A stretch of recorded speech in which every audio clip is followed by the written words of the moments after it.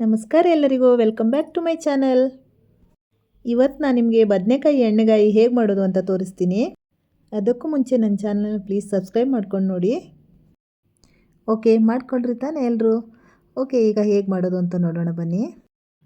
ಮೊದಲಿಗೆ ಒಂದು ಫ್ಯಾನ್ ಇಟ್ಕೊಂಡು ಕಡಲೆಕಾಯಿ ಬೀಜನ ಸ್ವಲ್ಪ ಹೊತ್ತು ಹುರಿದು ತೆಗೆದಿಟ್ಕೊಳ್ಳಿ. ಸಿಪ್ಪೆ ತೆಗಿಬೇಕು, ಸಿಪ್ಪೆ ತೆಗೆದಿಟ್ಕೊಳ್ಳಿ. ಹಾಗೆ 1-3 ಸ್ಪೂನ್ ಎಳ್ಳನ್ನು ಸ್ವಲ್ಪ ರೋಸ್ಟ್ ಮಾಡ್ಕೊಳ್ಳಿ. ತುಂಬ ಫ್ರೈ ಮಾಡೋಕ್ಕೆ ಹೋಗಬೇಡಿ. ಇವಾಗ ಅದೇ ಪ್ಯಾನ್ಗೆ ಒಂದು 8ರಿಂದ 10 ಬ್ಯಾಡಗಿ ಮೆಣಸಿನ್ಕಾಯಿ ಹಾಕಿ ಫ್ರೈ ಮಾಡಿ. ಸ್ವಲ್ಪ ಫ್ರೈ ಆದಮೇಲೆ 2 ಸ್ಪೂನ್ ಧನಿಯಾ ಬೀಜ, 1 ಸ್ಪೂನ್ ಜೀರಿಗೆ ಹಾಕಿ ಚೆನ್ನಾಗಿ ಫ್ರೈ ಮಾಡಿ. ಇವಾಗ ಫ್ರೈ ಮಾಡಿರೋ ಬ್ಯಾಡಗಿ ಮೆಣಸಿನ್ಕಾಯಿನೆಲ್ಲ ಮಿಕ್ಸಿಗೆ ಹಾಕ್ಕೊಳ್ಳಿ. ಹಾಗೆ ಕಡಲೆಕಾಯಿ ಬೀಜ ಮತ್ತು ಹುರಿದಿಟ್ಕೊಂಡಿರೋದನ್ನು ಹಾಕಿ, ಕಡಲೆಕಾಯಿ ಬೀಜ ಮತ್ತು ಎಳ್ಳನ್ನು. ಇವಾಗ ತೆಂಗಿನಕಾಯಿ ತುರಿ ಹಾಕಿ. ನಾನು ಸ್ವಲ್ಪ 1 ಹಿಡಿ ಹಾಕ್ಕೊಂಡಿದ್ದೀನಿ. ನಿಮ್ಗೆ ಎಷ್ಟು ಕ್ವಾಂಟಿಟಿ ಮೇಲೆ ಎಷ್ಟು ಬೇಕೋ ನೋಡಿ ಎಷ್ಟು ಹಾಕ್ಕೊಳ್ಳಿ. ಚಿಕ್ಕದೊಂದು ಈರುಳ್ಳಿ ಕಟ್ ಮಾಡಿ ಹಾಕ್ಕೊಂಡಿದ್ದೀನಿ. ಹಾಗೆ ಚಿಕ್ಕದೊಂದು ಟೊಮೆಟೊ ಹಾಕ್ಕೊಂಡಿದ್ದೀನಿ. ಹಾಗೆ ಸ್ವಲ್ಪ ಕೊತ್ತಂಬರಿ ಸೊಪ್ಪು, ಒಂದು ಅರ್ಧ ಸ್ಪೂನು ಅರಿಶಿನ ಪುಡಿ, ಆಮೇಲೆ ಒಂದು ಅರ್ಧ ಸ್ಪೂನ್ ಗರಂ ಮಸಾಲೆ ಪೌಡ್ರ್ ಹಾಕಿದ್ದೀನಿ. ಇದಿಷ್ಟನ್ನು ಹಾಕಿ ನುಣ್ಣಗೆ ರುಬ್ಬಬೇಡಿ. ಸ್ವಲ್ಪ ಮೀಡಿಯಮ್ ತರಿತರಿಯಾಗಿರಲಿ. ಬದನೆಕಾಯಿ ಎಣ್ಗೊಜ್ಜು ತುಂಬ ನುಣ್ಣಗಿರಬಾರ್ದು, ಸ್ವಲ್ಪ ತರಿತರಿಯಾಗಿರಲಿ. ಆಮೇಲೆ ಬದನೆಕಾಯಿನ ಚಿಕ್ಕ ಬದನೆಕಾಯಿ ತಗೊಂಡು ಈ ಥರ ಕಟ್ ಮಾಡಿ ಒಂದು 10 ಮಿನಿಟ್ಸ್ ನೀರೊಳಗೆ ಹಾಕಿ ಇಟ್ಬಿಡಿ. ಹಾಕಿಟ್ಟಾಗ ಅದ್ರ ಒಗರೆಲ್ಲ ಹೋಗಿರುತ್ತೆ, ಇಲ್ಲಾಂದ್ರೆ ಕಹಿ ಬಂದಂಗೆ ಅನಿಸುತ್ತೆ ತಕ್ಷಣಕ್ಕೆ ಮಾಡಿದರೆ. ಆಮೇಲೆ ಈ ರುಬ್ಬಿರೋ ಮಸಾಲೆನ ಈ ಥರ ಅದರೊಳಗಡೆ ಎಲ್ಲ ಸ್ವಲ್ಪ ತುಂಬಿಕೊಳ್ಳಿ. ಅದರೊಳಗಡೆ ಚೆನ್ನಾಗಿ ಮಸಾಲೆ ಹಿಡಿಬೇಕು, ಅದಕ್ಕೆ ಆ ಥರ ತುಂಬಿಟ್ಕೊಳ್ಳಿ.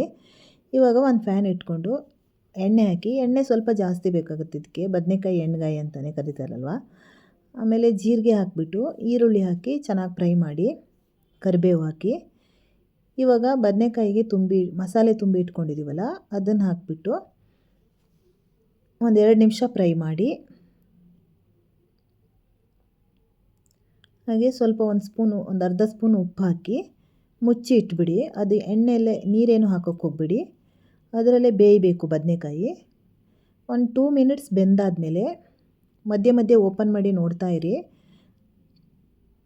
ಮಧ್ಯೆ ಬದನೆಕಾಯಿನ ತಿರುವು ಹಾಕ್ತಾಯಿರಿ, ಯಾಕಂದರೆ ಅದು ಎಲ್ಲ ಕಡೆ ಬೇಯಬೇಕು.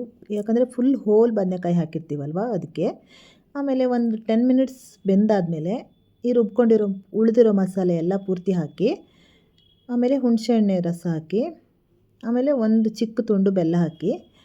ಆಮೇಲೆ ನೀರು ಎಷ್ಟು ಬೇಕೋ ನೋಡ್ಕೊಂಡು ಹಾಕಿ, ಯಾಕಂದರೆ ಅದು ಸ್ವಲ್ಪ ಕುದ್ದಾದಮೇಲೆ ತುಂಬ ಗಟ್ಟಿ ಆಗುತ್ತೆ. ಕಡಲೆಕಾಯಿ ಬೀಜ ಎಲ್ಲ ಹಾಕಿರ್ತೀವಲ್ವ. ಮೀಡಿಯಮ್ ಕನ್ಸಿಸ್ಟೆನ್ಸಿ ಮಾಡಿಕೊಂಡು ನೀರು ಹಾಕಿರಿ. ಕುದ್ದಾದಮೇಲೆ ಅದು ತುಂಬ ತಿಕ್ಕಾಗುತ್ತೆ.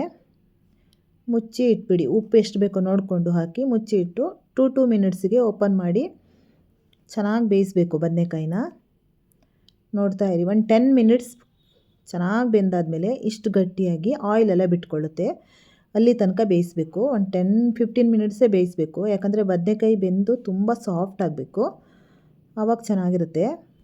ಇಷ್ಟು ಗಟ್ಟಿ ಆಗುತ್ತೆ ಮತ್ತು ಎಣ್ಣೆ ಬಿಟ್ಕೊಳ್ಳುತ್ತೆ. ಆಮೇಲೆ ಕೊತ್ತಂಬರಿ ಸೊಪ್ಪು ಹಾಕಿ. ಉತ್ತರ ಕರ್ನಾಟಕದ ಕಡೆ ಎಲ್ಲ ಬೇರೆ ಥರ ಮಾಡ್ಬೋದು. ನಾನು ಈ ಥರ ಮಾಡ್ತೀನಿ. ಇದು ಕೂಡ ತುಂಬ ಟೇಸ್ಟಾಗಿರುತ್ತೆ. ಒಂದ್ಸರಿ ನೀವು ಮಾಡ್ಕೊಂಡು ತಿನ್ನಿ. ಚಪಾತಿ ಜೊತೆ ಒಂದು ಸೂಪರ್ ಕಾಂಬಿನೇಷನ್. ಸಖತ್ ಟೇಸ್ಟಿಯಾಗಿರೋ, ಬಾಯಲ್ಲಿ ನೀರೂರಿಸೋ ಎಣ್ಗಾಯಿ ಗೊಜ್ಜು ರೆಡಿಯಾಗಿದೆ ಚಪಾತಿ ಜೊತೆ. ನೀವು ಒಂದ್ಸಲ ಮಾಡ್ಕೊಂಡು ತಿನ್ನಿ. ಈ ನನ್ನ ರೆಸಿಪಿ ನಿಮಗೆ ಇಷ್ಟ ಆದರೆ ಲೈಕ್ ಮಾಡೋದು ಮರಿಬೇಡಿ. ಹಾಗೆ ನಿಮ್ಮ ಫ್ರೆಂಡ್ಸ್ ಆ್ಯಂಡ್ ಫ್ಯಾಮಿಲಿಗೆ ಶೇರ್ ಮಾಡಿ. ಮತ್ತೊಂದು ಹೊಸ ರುಚಿ ಜೊತೆ ಮತ್ತೆ ಸಿಗ್ತೀನಿ. ಅಲ್ಲಿ ತನಕ bye. Thank you for watching.